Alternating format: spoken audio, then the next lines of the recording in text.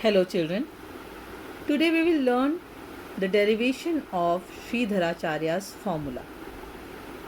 We know that the standard form of a quadratic equation is ax square plus bx plus c is equals to 0. And the roots of this quadratic equation can be obtained by Sridharacharya's formula, which says x is equals to minus b plus minus root over b square minus 4ac whole divided by 2a. The method which I am going to use to derive this formula is called method of completing the square. Here we try to convert the given expression in the form of a perfect square. This method is very important because we are going to use it to solve the questions of integrations which we will be doing in class 12. So let's learn the derivation using the method of completing squares. I am taking the standard equation, which is ax square plus bx plus c is equals to 0. My first effort to get the coefficient of x square as 1. So I am dividing both sides by a. So I will get x square plus b by a x plus c by a is equals to 0. Now if I think about the formula of x plus y whole square. So the first term x square is there. Second term 2xy is also available. I just want to find out the value of y square. So we can write down x square plus 2 into x into b upon 2a, that I need to do, otherwise this value will get changed, plus c by a is equals to 0. So when I compare this term 2 into x into b by 2a, I get the value of y should be b upon 2a. To convert this to the perfect square, I am supposed to add the square of y and as well as subtract. So here x square plus 2 into x into b by 2a. I am adding the square of b upon 2a, and since I don't want to change the value of equation, I am subtracting it also. Plus c by a is as it is, it's not changing. Now taking the first three terms, I get x plus b upon 2a whole square is equals to b square upon 4a square minus c by a. Taking the LCM, it will become b square minus 4ac divided by 4a square. I am taking square root both sides. I will get x plus b upon 2a is equals to plus minus root over b square minus 4ac divided by 2a. Taking b by 2a that side, we get x is equals to minus b upon 2a plus minus root over b square minus 4ac divided by 2a. That means x is equals to minus b plus minus root over b square minus 4ac whole divided by 2a, which is nothing but Sridharacharya's formula.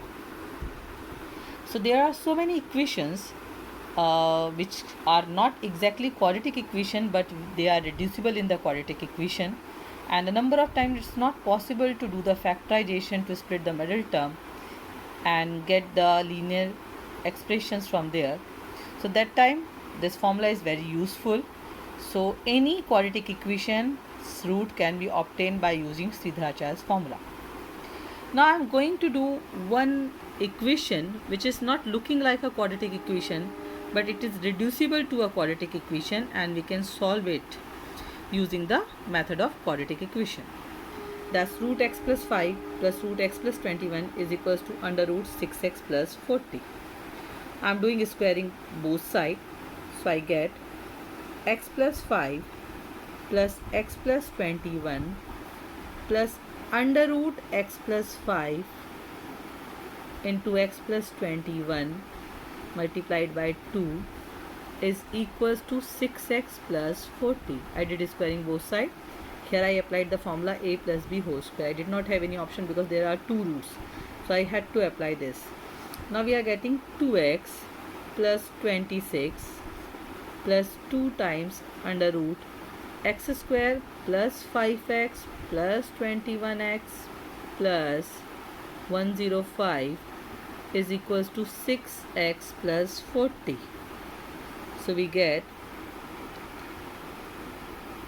6x plus 40 minus 2x minus 26 is equals to 2 times under root x square plus 26x plus 105, that is 4x plus 14 is equals to 2 times x square plus 26x plus 105. Dividing both sides by 2, I'll get 2x plus 7 is equals to under root x square plus 26x plus 105. Now again I am doing the squaring both sides. Applying the formula of a plus b whole square, I get 4x square plus 49 plus 28x is equals to x square plus 26x plus 105.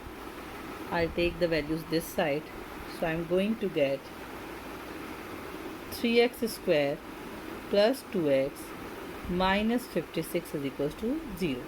So see, we could get a quadratic equation, though in the beginning it was not looking like a quadratic equation, but it was reducible to a quadratic equation.